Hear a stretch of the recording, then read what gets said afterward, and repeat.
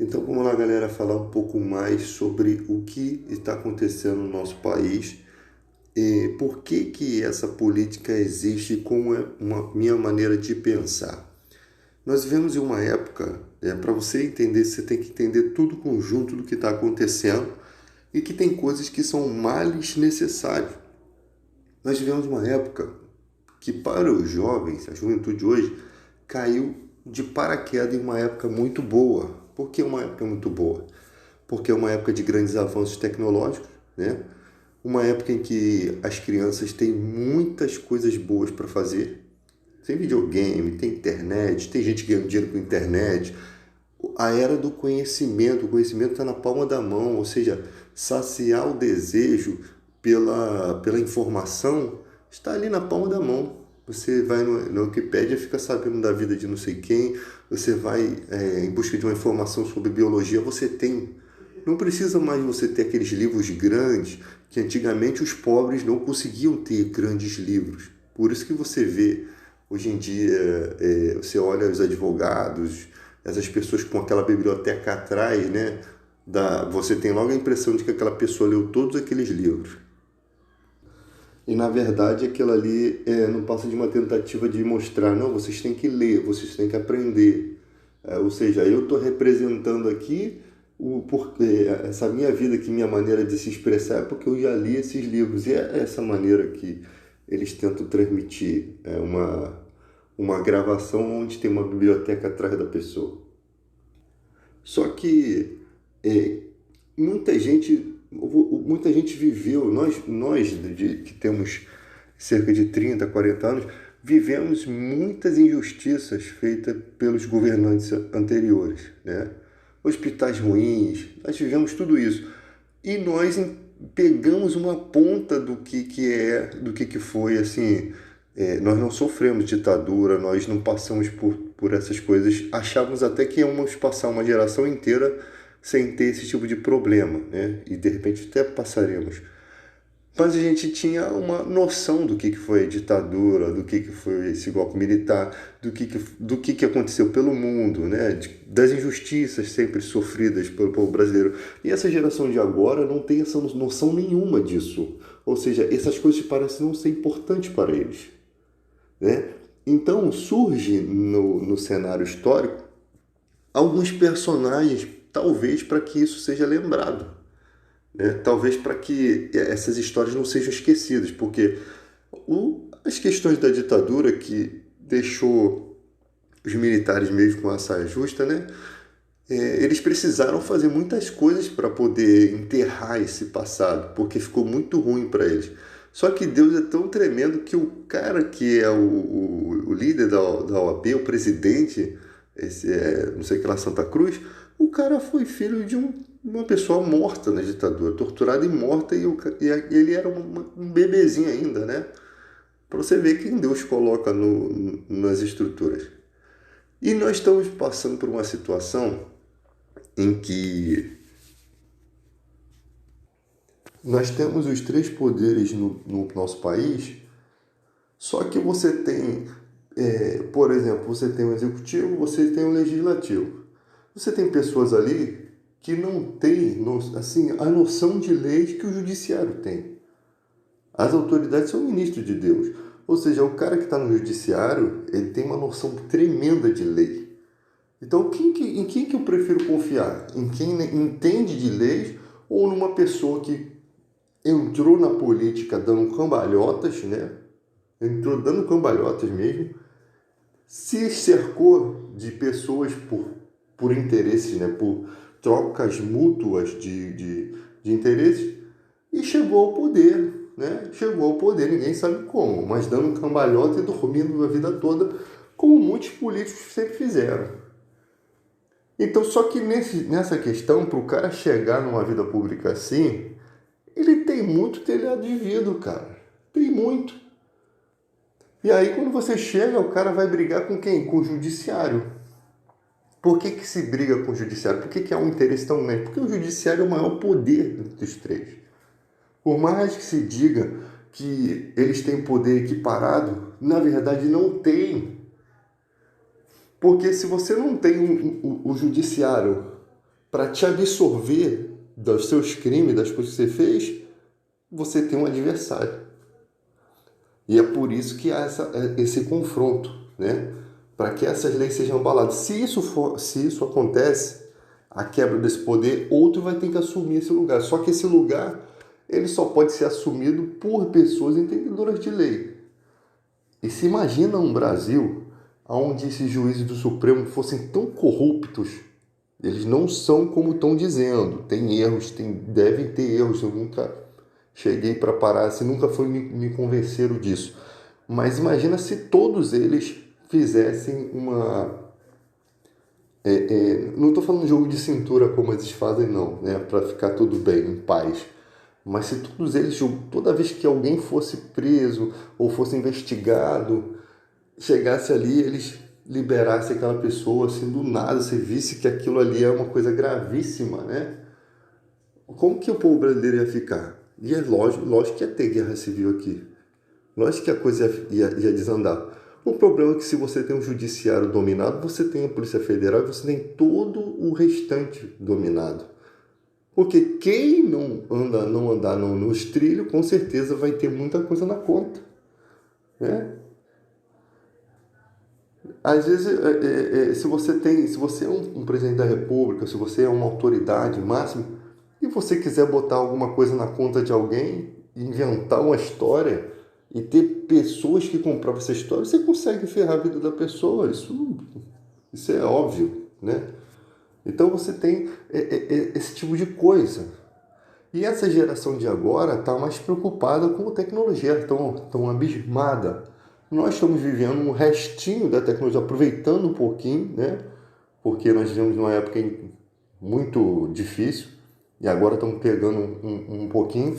E eles estão aproveitando essa época muito bem e estão esquecendo que tem um país todo que precisa ser repensado. Ou seja, enquanto as pessoas perdem tempo com brincadeiras, com tudo, nessa era da informação, ela era para também, não estou falando que elas não podem se divertir, mas era para elas também estar estudando o que aconteceu de fato no Brasil. Porque está quase sendo enterrado toda a história, tudo o que passou. E se é enterrado, essa história pode vir à tona novamente, só para fazer lembrado. Eu sempre lembro da frase que para triunfo do mal basta que os bons façam nada. Ou seja, pessoas que têm ferramenta para consulta, pessoas que têm ética no coração. Se elas cruzarem os braços, o país vai ser entregue aos corruptos para sempre. Você não vai ter como reverter isso, né? O intuito é que aquele povo lá só vê dinheiro. Esses dias postaram uma foto, o cara de bicicleta do iFood, com a perna com aquelas antenas a gente chama de antena de TV, né? Ou seja, o cara passou por uma cirurgia e está lá pedalando, trabalhando, ou seja, ele não tem direito a repouso, ele não tem direito à saúde, ele não tem direito nenhum. Ele é simplesmente um escravo do sistema.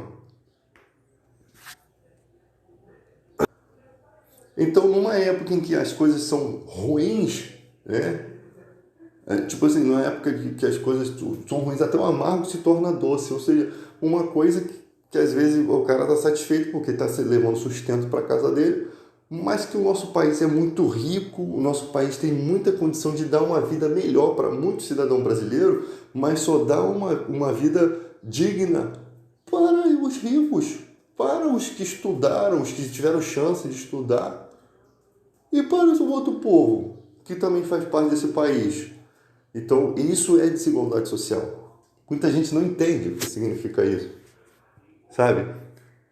Desigualdade social, não estou dizendo que todas as pessoas vão ser ricas, mas estou dizendo que aquela pessoa que trabalha, ela devia ter o direito, pelo menos, de conseguir algo mais digno e não viver somente de pão em água, não viver somente de conseguir manter suas contas e viver na pindaíba a vida toda. O cara só chega a ter uma graninha boa quando ele recebe a indenização, sabe? Ele não tem um salário justo, ele trabalha muito para sustentar a classe alta. Sempre vai haver isso, alguém que vai sustentar essa pessoa, mas só que o problema é que é a injustiça. que ocorre, trabalha-se muito e ganha-se pouco. E cada dia o governo arruma uma maneira de ferrar a gente, né? Arruma uma forma de, essa reforma aqui vai ser bom para vocês. E vai lá e faz uma colonoscopia do povo. Toda vez tem alguém que vem com a draga e pega tudo com a mão grande. Ou seja, vão minando direitos, vão criando maneiras de minar os direitos. Aí chega numa situação em que o país está tão miserável que, não, a gente vai fazer uma nova carteira de trabalho. Essa é verde e amarela, mas com essa daqui você vai ter metade dos direitos. Ou seja, como ele não pode ferir a Constituição, como ele não pode ferir as leis de uma carteira de trabalho, ele cria uma paralela, né, que eu chamo de praga, né, cria uma praguinha aqui, que vai gerar emprego? Vai, por quê? Porque é vantajoso para o empresário. Não, mas nós estamos fazendo isso porque há um desemprego, mas eles que geraram o desemprego. Eles que geraram a quebra da Previdência. Eles que permitiram que tudo ficasse ruim. Por quê? A pessoa que é paga para fiscalizar não fiscalizou, tinha que ser demitida. A pessoa que é paga para observar, para fazer os cálculos, deixou de mão, tinha que ser responsabilizada e não é. Então, no nosso país é assim. Eles vão deixando porque quando tudo tá ruim, tá bom para eles.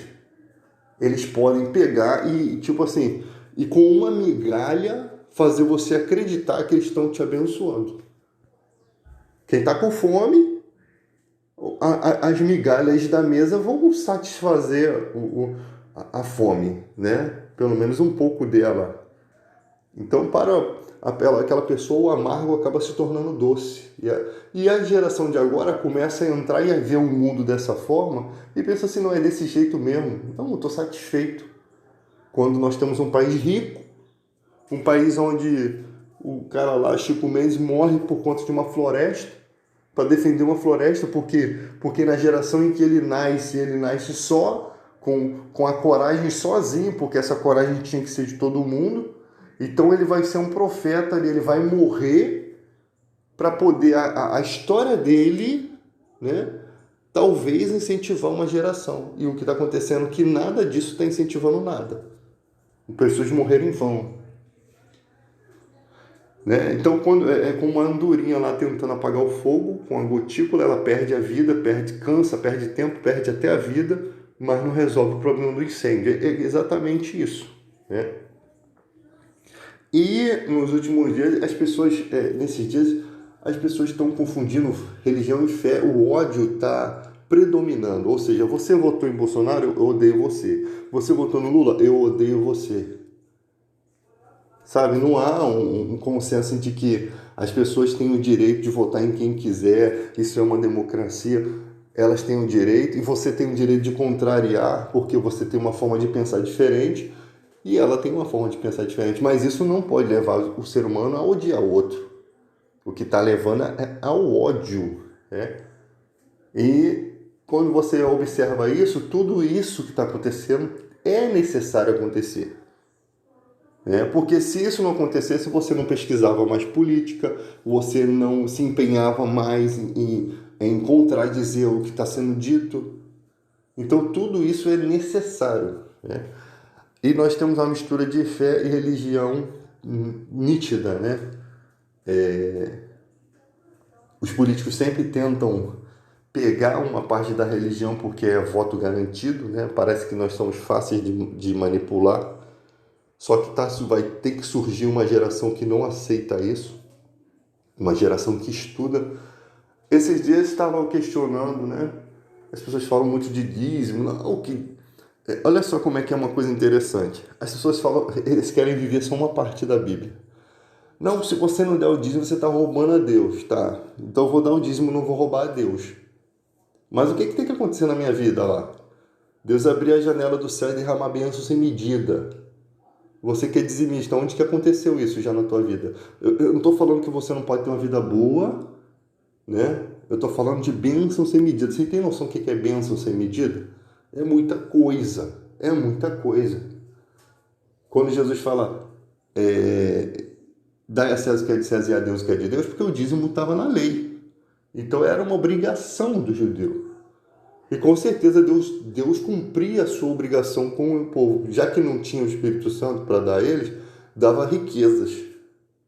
Então, quando eles abençoavam a casa de Deus, instantaneamente eles eram abençoados. E mesmo assim, vendo tudo aquilo, eles abandonavam aquilo. Então, é muita coisa que a igreja passa. Aí você tem um povo que ainda acredita nos charlatões da fé. Não tem direito de manipular a fé uma pessoa simplesmente porque tem uma igreja bonita, com ar-condicionado, pastores bem vestidos, eloquentes, que oram bem, sabe, que sabem falar, que sabem se portar. Não há direito de pegar o evangelho e fazer dele o que eles querem. Mesmo tendo tudo, mas a igreja tem obra de caridade, mas a igreja faz isso, distribui sopa, não importa, ninguém tem o direito de manchar a verdade. Porque quem vai chegar lá no céu, todas essas obras foram feitas por quê? Por qual motivo? A intenção é que importa. Foi para salvar almas ou foi para convencer a população de que aquela igreja era certa? E indo por baixo dos panos, eles queriam era reter dinheiro, ganhar lucro, enriquecer. Isso são obras que vão ser queimadas. Então, não precisamos desse tipo de obra. Nós precisamos de pessoas que se levantem pelo Evangelho, pela causa do Evangelho, para realmente mostrar Jesus para as pessoas, sem nenhum interesse nisso, sem nenhum aproveitamento. Eu achava até que nessa época devia se cessar a cobrança de dízimos e oferta. Eu acho que devia cessar. Você tem ferramentas suficientes para pregar o Evangelho sem gastar luz. Eu pago minha internet, eu posso pregar o Evangelho na internet. Eu posso contradizer aquilo. E outra coisa, eles acham que quem contradiz o ensinamento são pessoas que estão no erro. Ora, o que mais se fez no Evangelho foi contradizer os outros. O Evangelho sempre foi uma briga de contradição, porque sempre tentavam colocar um Evangelho diferente, os judaizantes. Você pode ver toda a briga, os falsos pregadores, os mágicos que se tentavam se instalar na igreja, pessoas que faziam arte mágica tentando se instalar na igreja. Então você vê um montão de... Sempre teve esse confronto. E quem estava certo? Os discípulos, os apóstolos depois. Eles sempre estavam certos, porque eles têm a verdade. Então o procedimento deles com certeza era o mais importante, era o procedimento do que eles pregavam. Porque o comportamento deles é o que daria a sua credencial, que demonstraria que realmente tudo que foi pregado há 20, 30 anos atrás não caiu por terra. É isso que é maravilhoso no Evangelho, que o que você prega lá atrás, de acordo com a Bíblia, vai servir daqui a 500, 600, o Evangelho é eterno. Vai servir no âmbito terreno e no âmbito espiritual, né?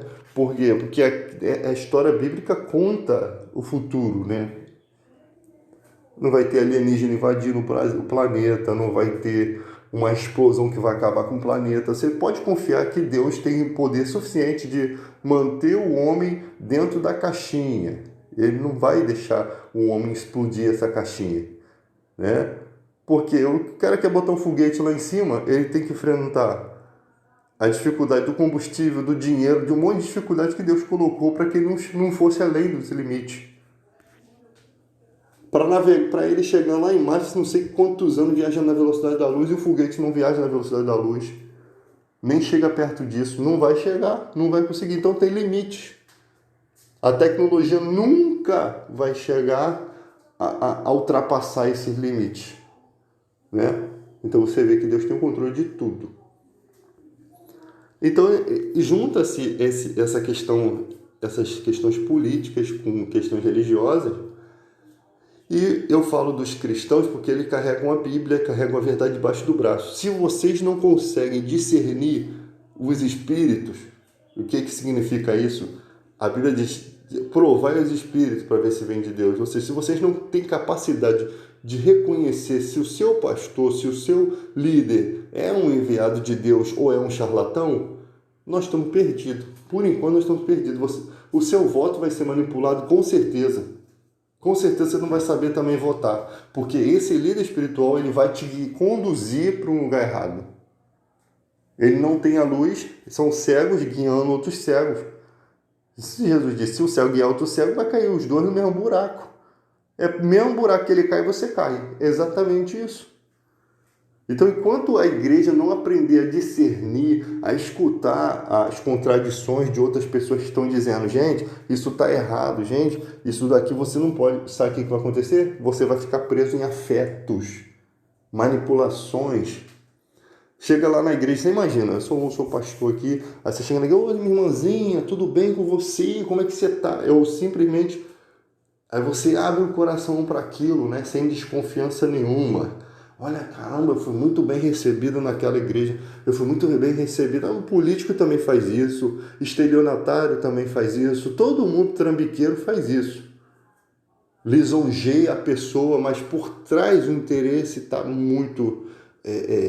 o objetivo que está por trás disso é muito maligno. Ou seja, eu vou lisonjear, eu vou conquistar e depois eu vou arrancar o dinheiro. E o povo é tão bobinho, né? Vai lá, não, fui muito bem recebido na igreja. Aí já tem um grupo, né? Já se cria um grupo para abraçar. Não confunda o amor verdadeiro com isso, porque tem igreja que realmente as pessoas te abraçam com amor verdadeiro e isso permanece para sempre. O bom do amor é que ele tem que permanecer. Aí quando a pessoa descobre que você é um aposentado ferrado, que você tem um monte de dívida, o amor acaba logo ali. Enquanto você é um aposentado, que você pode fazer empréstimo para dar dinheiro para a igreja, que você pode pegar cartão de crédito para passar oferta, você, meu irmão, o inferno se abre de uma forma que você é bem visto ali. Essa é a diferença do amor, porque o amor ele não tem barreiras. Não importa se você é rico, pobre, se você está doente, não importa. Você vai ser amado da mesma forma. Então, enquanto a igreja não entende isso, fica um monte de gente bobinha, né? Aí, houve uma informação na internet, não, vão privatizar, não sei o que lá. Oh, tá vendo? Olha, bem que o fulano de tal falou. Primeiro, a maioria das pessoas nem sabe o que está sendo falado ali. Já é comprovado.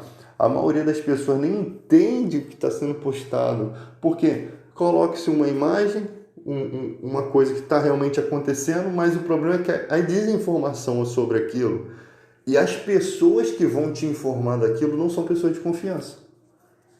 É tipo você pegar o diabo e pedir para ele pregar o evangelho para você. Ele pode pregar muito bem, mas o intuito que ele vai fazer é aquilo que vai demonstrar toda a situação. Às vezes o cara fala, vou fazer um voto na igreja aqui.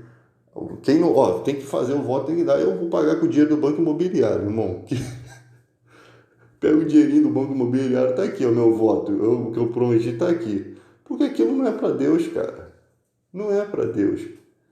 Ofertas e dízimos, essas coisas, são coisas que são feitas de coração. Tem que partir de você. Está lá na Bíblia. 2 Coríntios 9,6. Cada um contribua segundo o que propuser no seu coração. Segundo o que propor no seu coração. O coração é seu, quem propõe é você. Pastor, não tem nada a ver com isso. Não com tristeza nem por necessidade, ou essa palavra também é convertida por constrangimento. Não por tristeza. Eu estou triste. Não estou levando uma oferta com alegria. É como se você sai arrastando. O único dinheiro que eu tinha para passagem, vou ter que entregar na igreja. Isso é tristeza. O único dinheiro do leite, eu vou ter que entregar na igreja. Deus está miserável agora, tirando o dinheiro do leite dos seus filhos? Não se contribui por tristeza, nem por necessidade ou por constrangimento. Vai, dá isso. Não, a gente vai fazer uma oferta alçada aqui, de tanto. Eles usam muito isso. Não. Oferta, dízimo, ou dízimo você dá se você quiser, 10% da sua renda, não é lei, mas se você quiser fazer para ajudar a sua igreja, qual é o problema? Você está fazendo uma coisa boa contra coisa boa, não existe lei, né?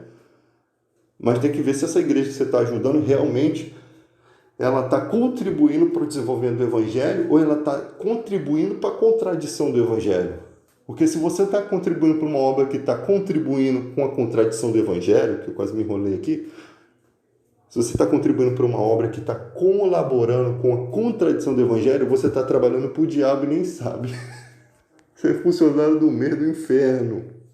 Tem um crachazinho lá do capeta. Porque você está contribuindo com a obra que não é de Deus e que está contradizendo a obra de Deus e que está atrapalhando. E como atrapalhando? E simplesmente o cara está ali recebendo aquele dinheiro, ganhando poder, e esse poder não é pelo Evangelho. É o poder para persuadir, é o poder para ganhar espaço na política, é o poder para depois ferrar você mesmo lá na frente. Porque se o cara é tão sujo a ponto de usar dinheiro de Deus para poder fazer falcatrua, e muitas dessas igrejas devem até lavar dinheiro de político, né? E por isso eles são tão protegidos e não são presos, né? Para investigar esses caras. Você investiga o cara, depois o cara sai pela porta da frente da cadeia como herói e ainda faz um monte de filme, ganha dinheiro. Com tudo isso, ele consegue ganhar dinheiro. Então é falcatrua, cara. Então, aí você está colaborando para isso, para que pessoas que não merecem respeito, não tão dignas, não foram chamados para aquele ministério, ganhem honra no lugar de outros. É engraçado que tem tantos pastores, cara, que pregam o verdadeiro evangelho e não tem tanta honra. Por isso que está escrito na Bíblia que os nobres andando a pé e os servos a cavalo. Está tudo invertido. Os que tinham que estar no lugar de honra, eles estão andando a pé. E os que tinham que estar a pé estão andando de cavalo. Ou seja, está tudo invertido. E aí, quando chega na política, né, o cara já tem uma emissora de TV para apoiar o político que ele quiser, por os interesses que ele quiser, para mais dinheiro, para ter mais poder, para comprar mais gente, para chegar até comprar judiciário, para comprar mais coisas. Porque o poder também é dinheiro. O poder é uma riqueza, né? E aí quem ajudou a chegar ali? Você, com o seu dízimo e sua oferta. Você atrapalhou a história do seu próprio país. É isso que você não entende. Você está atrapalhando o seu próprio país, porque antigamente eles não tinham chegado a esse ponto. Hoje em dia eles chegaram a esse extremo poder. Eles chegaram numa posição em que eles podem ter poder no país e atrapalham o país. Atrapalham. Se você tem pessoas que se aproveitam do evangelho, são as pessoas mais sujas. Paulo diz, esse daí você nem senta para comer com um cara desse, porque esse cara não merece, esse é um imundo. Esses são os impuros do mundo. Quando vocês vão entender isso? A Bíblia está se descabelando, mostrando isso para o povo. Olha, está gritando para você, gente, que isso? Você está sentando e compartilhando a refeição com os impuros desse mundo, que não são dignos. Você não devia estar nem conversando com um cara desse. Você não devia dar nenhuma atenção para um cara desse. Por quê? Porque se esse cara se sujou no Evangelho, ele não tem mais esperança. Não há mais esperança. Ele não vai querer, o coração dele já está sujo, contaminado. Né? Lembra lá na Bíblia, quando um mágico tentou comprar o dom do Espírito Santo de Pedro, e a pessoa, se Pedro fala assim, me dá aí 300 reais aí, eu vou te ensinar como é que batiza aqui com o Espírito Santo. Você não vê isso na Bíblia. Você vê Pedro falando, teu dinheiro será contigo para a sua maldição. O cara ficou desesperado, ora por mim, ora por mim, ora por mim, é um escambau, irmão. Se vira você aí agora. Não fez o bagulho errado aí, então se vira você. É assim que é o evangelho, é na lata. É na lata. Os cristãos têm que aprender o seguinte, as coisas têm que ser na lata. Confrontar falso profeta faz parte da obra de Deus. E uma parte muito, muito desgastante que ninguém quer fazer. Muito desgastante. É muito fácil concordar com tudo. Ah, tá tudo bom. O evangelho está crescendo. Está crescendo em massa, mas em qualidade não está crescendo. Em qualidade não cresce. Né?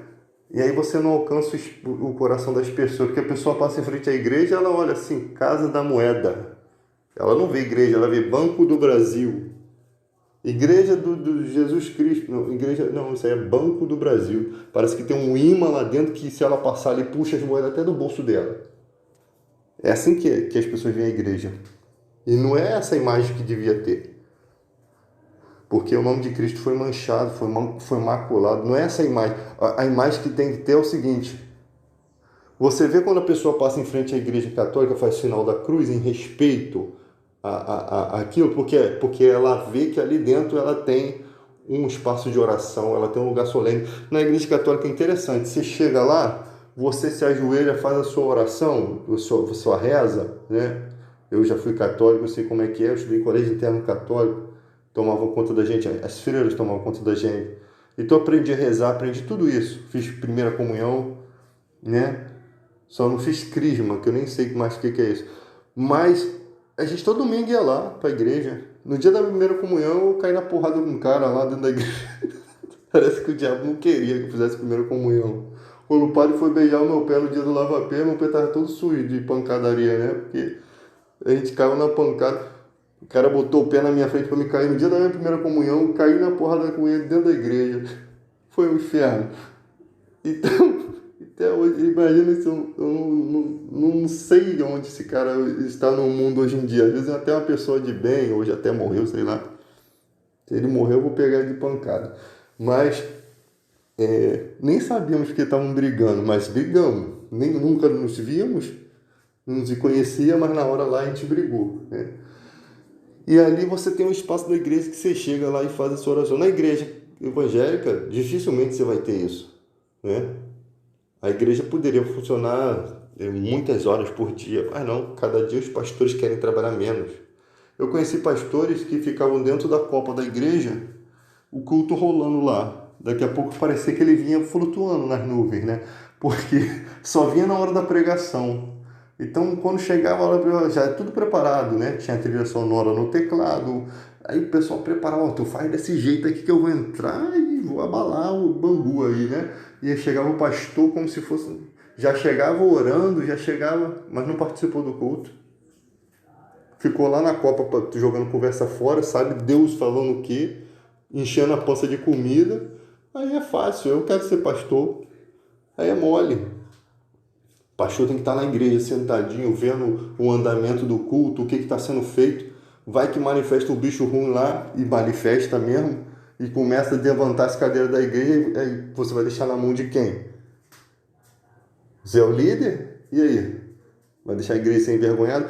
Muitas vezes, os pastores estão no erro, e os demônios manifestam, as pessoas expulsam o demônio, porque tem gente ali que está firme com Deus. Tem muita gente que está firme com Deus, mas o pastor em si está mais para lá de Bagdá, né? Mais para lá do que para cá. Ele não está nem com o pé na igreja todo mundo, ele não é nem crente Raimundo, ele está totalmente no inferno. Mas ele está lá liderando a igreja. Só Deus sabe como, né? Está liderando. Está mandando foto de órgão sexual para os outros. Já teve casos assim. Pessoas da igreja tá tendo caso com o pastor. E tá lá. O culto está uma benção, rolando. Muito choro, muita emoção. E nos bastidores o bicho tá pegando, filho. O diabo tá garfando geral. E é isso que você vê, porque é a humanidade.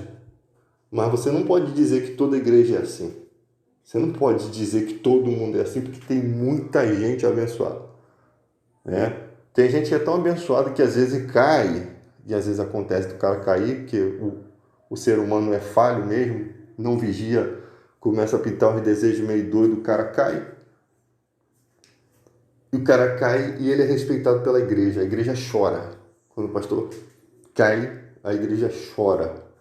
Porque sabe que aquela pessoa é de Deus, sabe que aquela pessoa está decepcionada com a situação, né? E tem caso não, que o pastor cai, meu irmão, quando o pastor cai, descobre que tinha um demônio sentado lá na igreja todo dia do lado das pessoas e ninguém sabia.